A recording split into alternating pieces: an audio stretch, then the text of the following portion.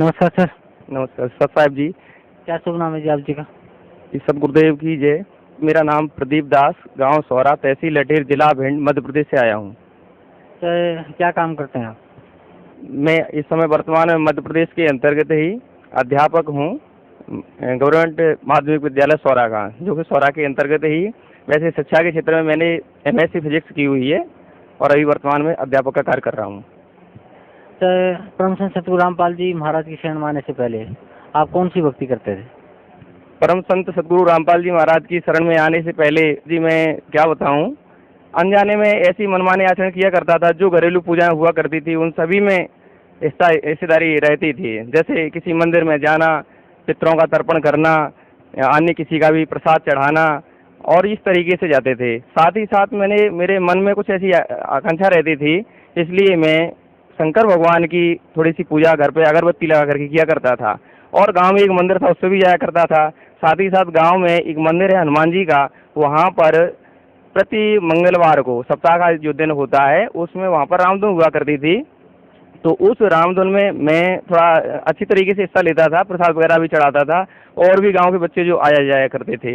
एक दिन क्या हुआ भगत जी, मेरे साथ जो घटना घटी मैं आपको बताना चाहूँगा कि क्या होता है कि मेरे मन में थोड़ी आकांक्षा ये रहती थी कि हनुमान जी तो भगत स्वयं हैं और ये अपनी पूजा के लिए मना भी करते हैं, फिर मेरा उद्धार यहाँ से कैसे हो सकता है? इसलिए परमात्मा है कौन, वो किसके लिए? तो मैं तब तक ये समझता रहता था कि शायद शिव जी ही भगवान हैं और ये इनके रौद्र रूप हैं। तो इसलिए ये समय वहाँ सोच रहा था कि भगवान मेरे पर क्या कृपा करेंगी। एक दिन मैंने क्या हुआ कि बंदी छोड़ के नाम से एक साखी कही, क्योंकि वहाँ पर जो रामधुन हुआ करती थी उसमें कीर्तन भी हुआ करते थे। तो मेरे को ध्यान आ गया एक दिन दोहा, उसमें मैंने अचानक ही बोल दिया, मुझे याद भी नहीं था कि बार बार विनती करूं विनय कहूं कर जोर, अब की मोह उबारी सतगुर बंदी छोड़।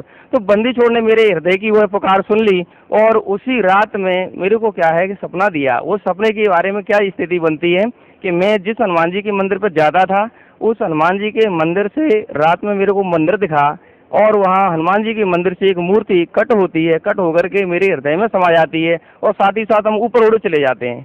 अब मेरे को कुछ भी ध्यान नहीं रहता, लेकिन जब मैं सुबह जागा तो मैंने देखा कि मेरी आंखें थोड़ी लाल सी थी और ऐसा लग रहा था कि मैं रात भर कहीं घूम फिरा रहा हूँ। अब इस स्थिति से मैं बहुत बेचैन हो गया। मैंने अपने साथी लोगों से भी जानने की कोशिश की, लेकिन कुछ भी हासिल ना हो सका। 2 दिन मैं परेशान रहा और कहा कि हे हनुमान जी, यदि आप ही की कोई ये चमत्कार है तो फिर मुझे आप बताइए, मुझे क्या करना चाहिए, कुछ ज्ञान दो।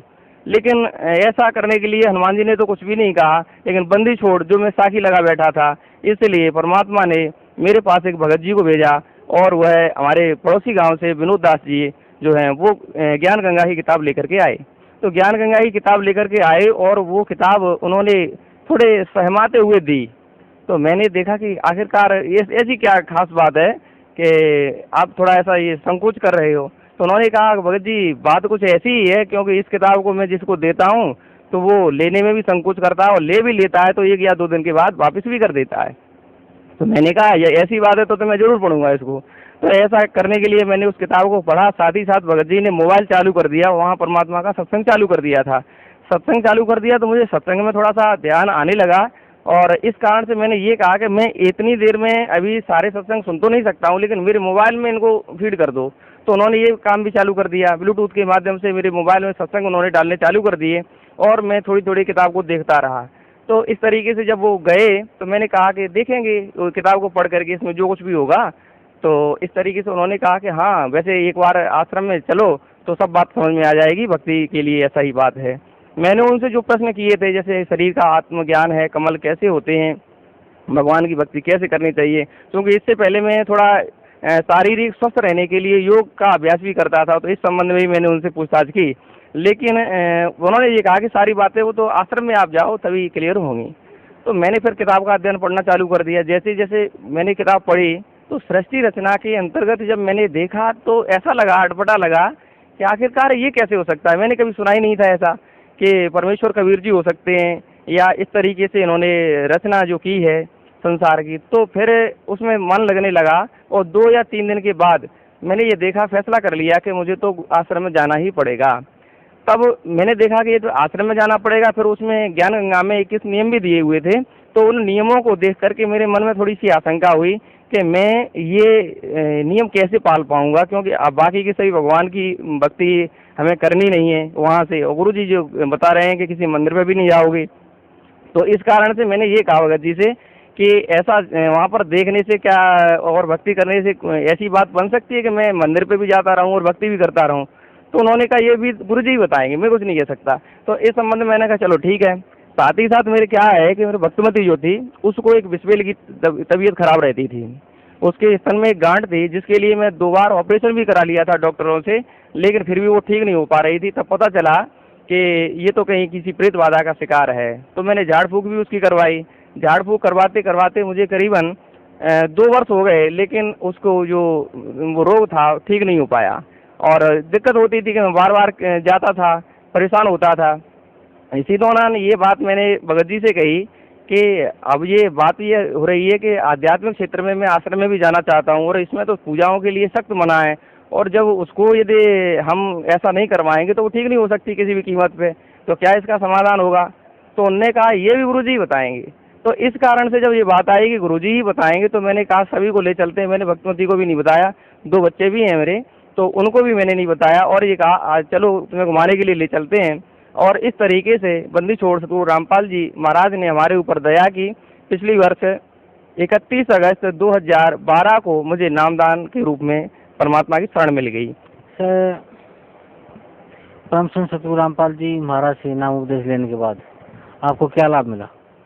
परम संत सतगुरु रामपाल जी महाराज की शरण में आकर के जैसे ही मैंने भक्ति स्टार्ट की, नामदान लिया, तो तब से लेकर के मेरे को ऐसा लगा कि यहाँ से तो मेरा जीवन धन्य हो जाएगा। आध्यात्मिक लाभ जो मुझे चाहिए था वो लाभ तो पूरी तरीके से मिल ही रहा था। साथ ही साथ जो परमात्मा ने आशीर्वाद मेरी भक्तिमती को दिया, कहा कि बेटा ठीक हो जाओगी, भक्ति करो, भक्ति से सब कुछ होता है, इतना कहते ही उनको यहाँ 3 दिन का जो आश्रम में यहाँ रहे थे, सत्संग था, उन 3 दिनों के दौरान ही उनको आराम मिल गया। फिर घर पर गए तो नियम से भक्ति करते रहे और 1 महीने तक थोड़ी सी कभी दिक्कत हो जाती थी, और फिर उसके बाद दोबारा से आ गए। तो यहाँ से फिर से अरदास लगाई परमात्मा से आशीर्वाद लेते समय, तो परमात्मा ने फिर से वही कहा कि भक्ति करो, सब कुछ ठीक हो जाएगा।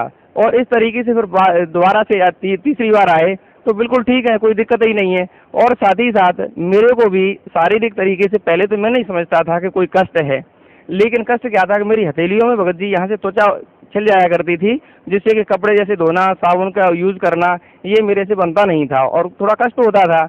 लेकिन आज देख लीजिए भगत जी बिल्कुल पूरी तरीके से हाथ सही हैं, इनमें कहीं कोई दिक्कत नहीं। ये तो मैंने मांगा भी नहीं था, लेकिन परमात्मा ने मुझे अनायास ही दे दिया। इस तरीके से ये शारीरिक सुख, और पहले जो योग किया करता था उससे कतई लाभ नहीं होता था, हमारे शारीरिक थकान जैसी चीज़ें रहती थी।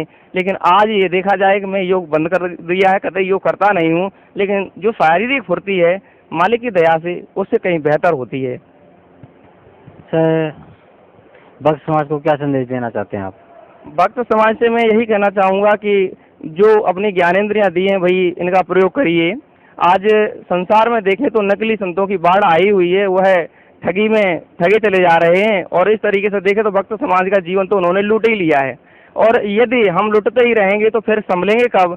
इसलिए भक्त समाज को मेरी विनती है, करबद्ध निवेदन है कि आप अपने आंखों से देखिए, कानों से सही सुनिए, आश्रम में आइए, सतगुरु रामपाल जी महाराज की शरण में आकर के नामदान लीजिए और अपने जीवन को धन्य बनाइए। यदि यहाँ पर आकर के आपको 3-4 महीने में नियम तो करने ही पड़ेंगे, नियम के साथ आपने भक्ति कर ली तो मैं नहीं समझता कि शायद आपको ये बात समझ में ना आए। सर, कुछ और बताना चाहेंगे आप परम संत सतगुरु रामपाल जी महाराज के बारे में, उनकी भक्ति के बारे में, या जो लाभ वो आपको आपके अपने साधकों को दे रहे हैं उसके बारे में? बंदी छोड़ सतगुरु रामपाल जी महाराज की जो भक्ति मुझे मिली, इस भक्ति के लिए मैं अन्य लोगों से यह कहना चाहूँगा, अन्य लोगों का तात्पर्य यह है कि जो संत महंत परंपरा पर आज के लिए गुरु पद पर बैठे हुए हैं, तो वो भी इस बात को समझ लें कि काहे के लिए अन्य जो भगत समाज है उसके जीवन को बर्बाद कर रहे हैं। क्योंकि सच्चाई तो सत्य तो सत्य ही होता है, उसको दबाया नहीं जा सकता। जिस तरीके से कैसे भी कहें कि सत्य जो है तो उसको दबा करके कितनी देर तक छुपा सकते हो, वो तो कर दिया। परमेश्वर आए थे 1398 में, उस समय से लेकर के 600 वर्ष अभी तक खराब कर दिए, गुजार दिए, और नकली पंथों को चला करके मानव समाज का, ये भक्त समाज का जीवन लूट लिया। अब लेकिन परमात्मा स्वयं फिर से आ गए हैं। संत रामपाल जी महाराज कोई साधारण इंसान नहीं है, परमेश्वर कबीर जी ही स्वयं आए हैं और इस कारण से अब की बार करोड़ों जीवों को कलयुग में पार करके ले ही जाएंगे। ऐसा उनका जो नियम है, इस तरीके से वो करते हैं, तो फिर नकली संतों को छुपने का ठौर ही नहीं मिलेगा। इसलिए तो जब वो समय आए उससे पहले ही रामपाल जी महाराज की शरण में आ जाइए, अपने जीवन को वो भी धन्य बनाएं। जी धन्यवाद आपका, बहुत बहुत साहिब जी।